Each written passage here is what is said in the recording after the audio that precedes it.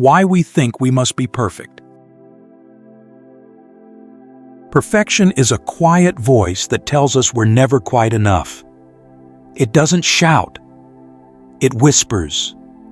Sometimes it sounds like a parent, sometimes like a teacher, and sometimes like our own mind. It says, "You could have done better. You should have known more. You're still not there yet." This voice shows up everywhere, in how we look, how we speak, how we feel. Social media, advertising, even the wellness industry, they all feed this idea. Be the best version of yourself, they say. But who defines what best means? And when does it ever stop? The image of perfect is never still. It keeps moving, just far enough to stay out of reach. And that's the trap. You spend your days chasing something someone else imagined, something that keeps changing.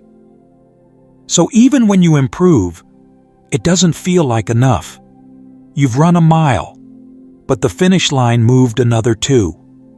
What's more confusing is when this mindset enters spiritual life. There's this quiet belief that to be spiritual means to always be calm, always kind, always collected. That to grow on the path, we must remove every trace of anger, sadness, desire, as if we're machines, not human. But that belief becomes heavy, like carrying a mask you never take off. You smile, even when you're hurting. You pretend to be mindful, even when your thoughts are racing. You think, if I'm still struggling, maybe I'm not good enough. But the Buddha never asked us to wear that mask. The Dhammapada says, "There is no fire like lust, no grip like hatred, no net like delusion, no flood like craving." He didn't hide these truths. He named them. He reminded us that these forces exist in all of us. And pretending they're not there doesn't make them go away. True practice begins when we see them clearly, not when we suppress them. Many also misunderstand what enlightenment really means. Some think the Buddha was flawless from the start, like he came into this world already awakened. But that's not how he described his own journey. In the Anguttara Nikaya, he used a powerful image. Just as a goldsmith removes impurities from gold, so does a wise person remove defilements, little by little, again and again. He didn't say it happens in one breath or one perfect moment. He said, bit by bit, slowly, carefully, with patience.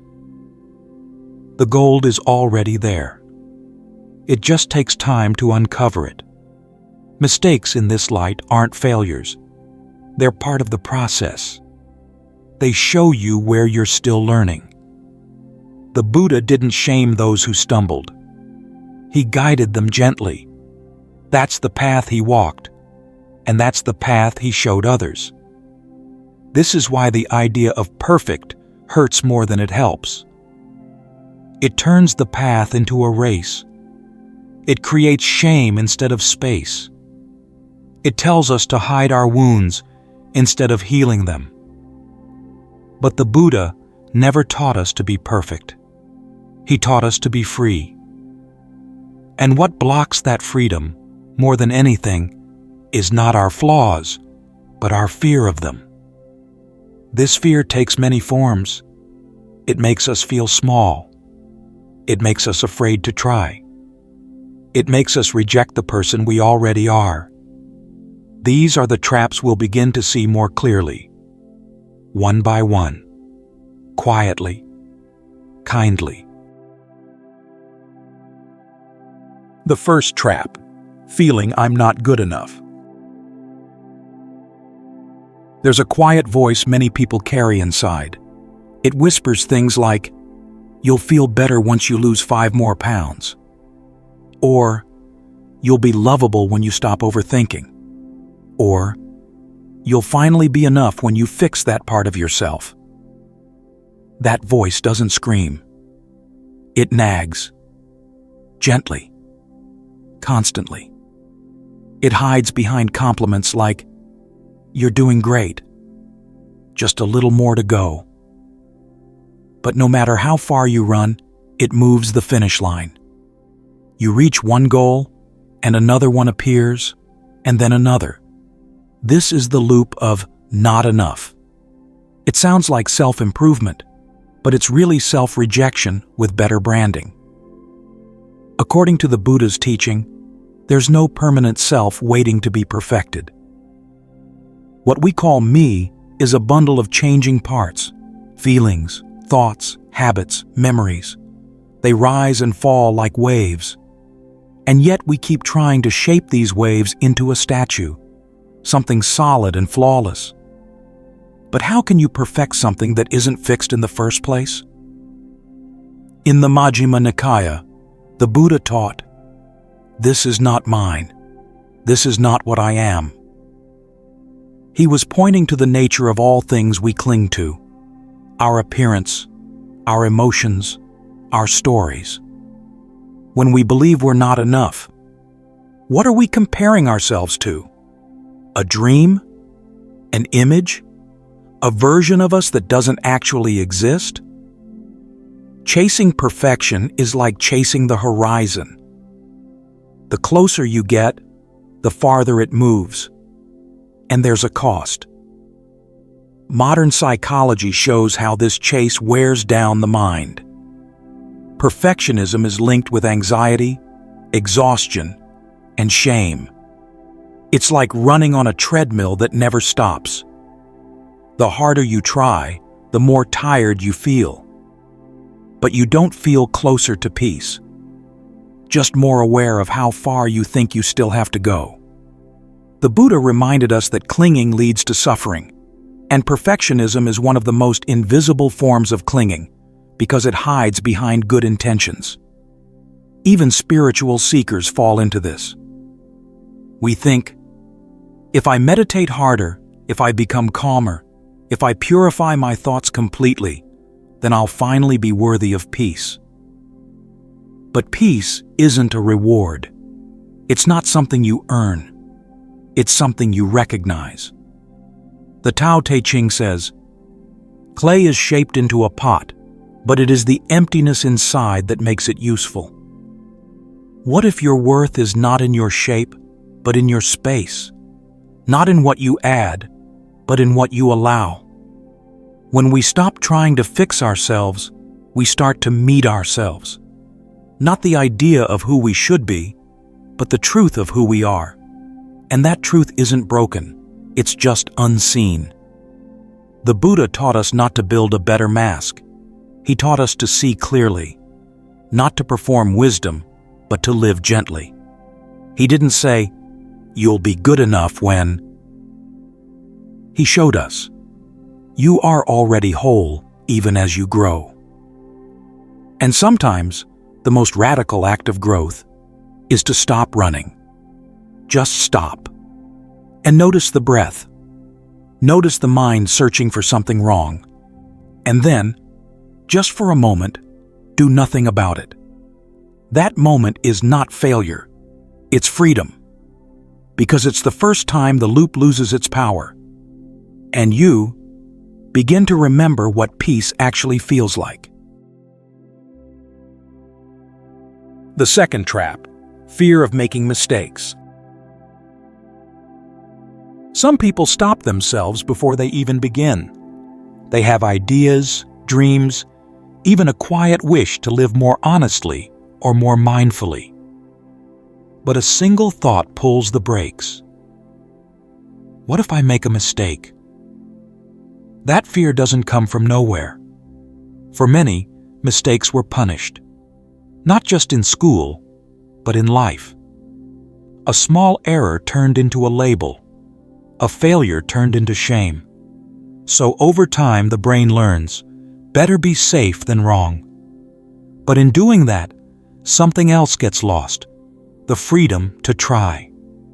The Buddha didn't shame people for making mistakes. He understood that growth is not a straight line.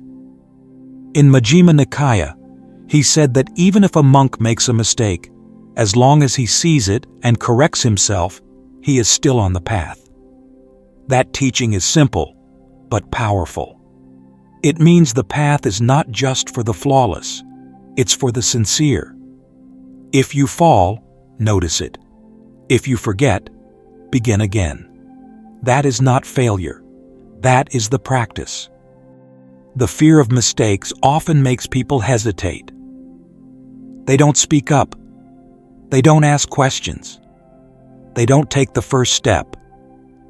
Not because they don't care, but because they care so much, they're afraid to get it wrong. But the Buddha taught the middle way. He didn't encourage blind effort, and he didn't praise passive waiting. He taught something harder: balance. Trying too hard to be perfect is also an extreme. It creates tension in the body and tightness in the mind. The more you grip the idea of being right, the more you suffer when things go wrong. And they will. Perfectionism doesn't prevent pain. It prevents growth.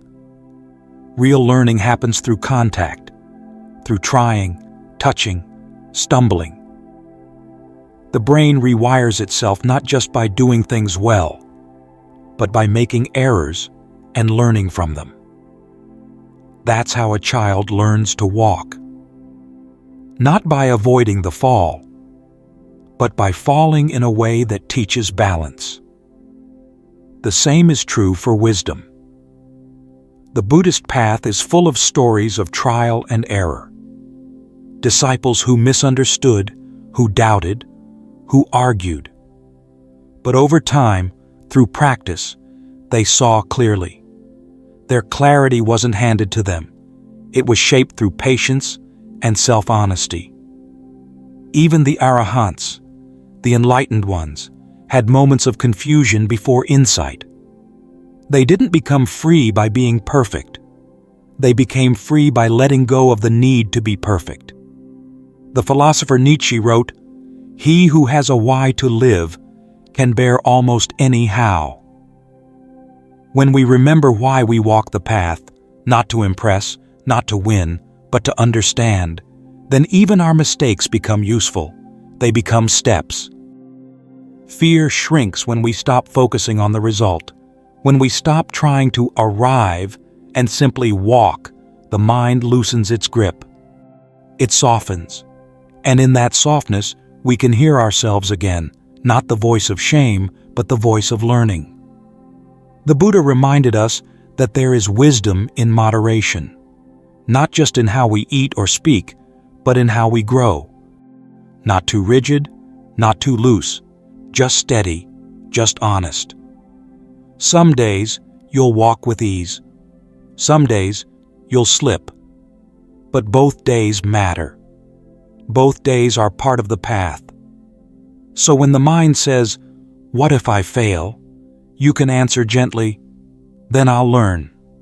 And that answer is already a kind of freedom.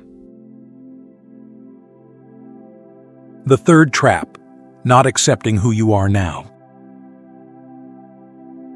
There's a quiet voice in many of us that says, "I'll accept myself when I lose weight, when I become more mindful, when I stop being angry, when I finally feel spiritual enough." At first, this voice seems helpful. It sounds like a promise of growth, but it often becomes a quiet prison, always waiting, always postponing peace. The problem isn't that we want to change. The problem is that we believe we can't love ourselves until we change. According to the Buddha's teaching, this way of thinking disconnects us from what is most real, the present moment. In the Dhammapada, the Buddha reminded us, "You shouldn't chase after the past or place expectations on the future. What is past is left behind. The future is as yet unreached." Whatever quality is present, you clearly see right there, right there. It's not just a beautiful sentence, it's a precise teaching. When we chase a future version of ourselves, we lose touch with who we are right now. And this now, not the imagined perfect self, is the only place where awakening is possible. Many people spend years waiting to feel worthy. They try to improve everything: their thoughts, their bodies, their habits. But underneath it all, the message remains: I am not enough yet. This belief is a kind of rejection. It quietly says, I can't accept myself until I look or act a certain way. But the Buddha never taught that transformation begins with rejection. He taught that freedom begins with seeing clearly what is, without judgment. That includes seeing your own mind, your emotions, your habits, as they are, not as you wish they were. In the Samyutta Nikaya, the Buddha said something both mysterious and intimate. In this very body, with its perception and mind, is the world, the origin of the world, and the cessation of the world. This means you don't need to search far. Everything you need is already within this body, this breath, this moment. The path isn't outside you. You are the path. This can sound confusing at first. We're so used to thinking of the path as a journey with steps and milestones. But according to the Buddha's teaching, the journey doesn't lead away from who you are. It leads into who you already are, with more clarity, more kindness, less clinging. The French philosopher Gilles Deleuze once wrote, "To be is to become." This echoes something deeply aligned with the Dhamma. You are not a fixed shape, waiting to be perfected. You are a living process, always moving, always becoming. Perfectionism says, you must arrive. But the Dhamma says, you are already here. Just notice. You're not broken. You're not behind. You're not a puzzle with missing pieces. You're more like a river, changing with the seasons, flowing through light and shadow, sometimes wild, sometimes calm, but always whole. And that wholeness doesn't begin later. It begins when you stop waiting to become someone else. It begins the moment you see yourself as you are, with honesty, with patience, with a little more gentleness than yesterday. Because according to the Buddha's teaching, you don't awaken by becoming perfect. You awaken by seeing that you don't need to be. Afterthoughts. But what if I still want to be perfect? Sometimes, even after understanding everything, the heart still whispers, but I still want to be perfect. And that's okay. It's normal to want to grow, to feel like we're becoming better. The Buddha never told us to stop improving. He never said to stay still in the face of suffering or to abandon effort. He simply taught us to see clearly, to understand why we are moving and where we're going. According to the Buddha's teaching, the path is not about chasing perfection. It's about cultivating wisdom, kindness, and clarity. These are not measured by how flawless we look or how impressive our life appears. They grow quietly, in our choices, in the way we respond to difficulty, in the way we speak when no one is watching. He taught right effort, not perfect effort. Right effort means knowing when to try, when to rest, and when to let go.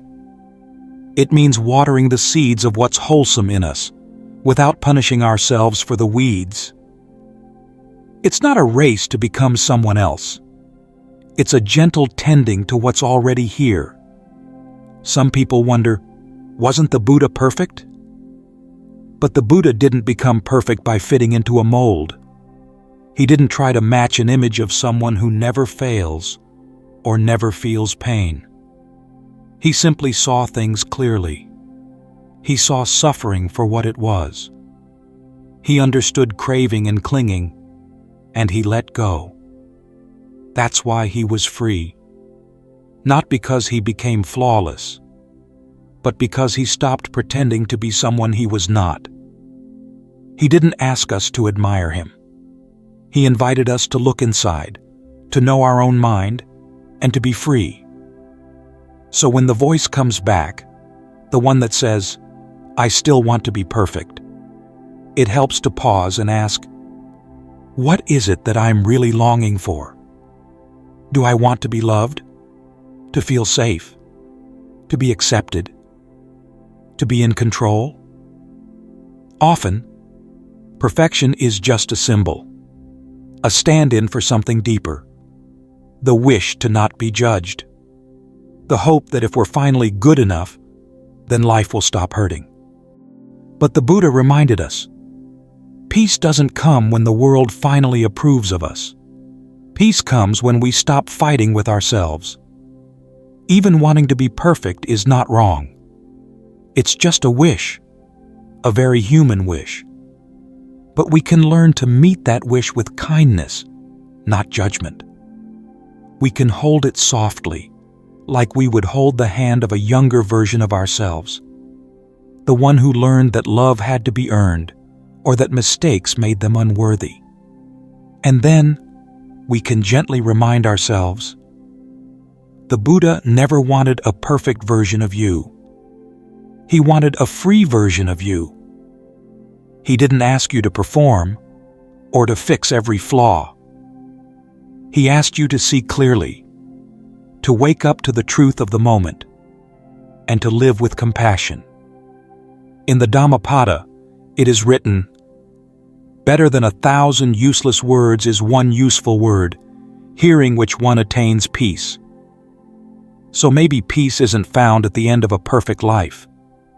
Maybe it's found in a single moment of honesty, a moment when you stop trying to become someone else, and you just breathe as you are. Because the path is not a ladder. It's not a staircase to the best version of you. It's a return to stillness, to presence, to what was always here. And even the longing to be perfect, it too can be part of the path, if you hold it with compassion and walk on.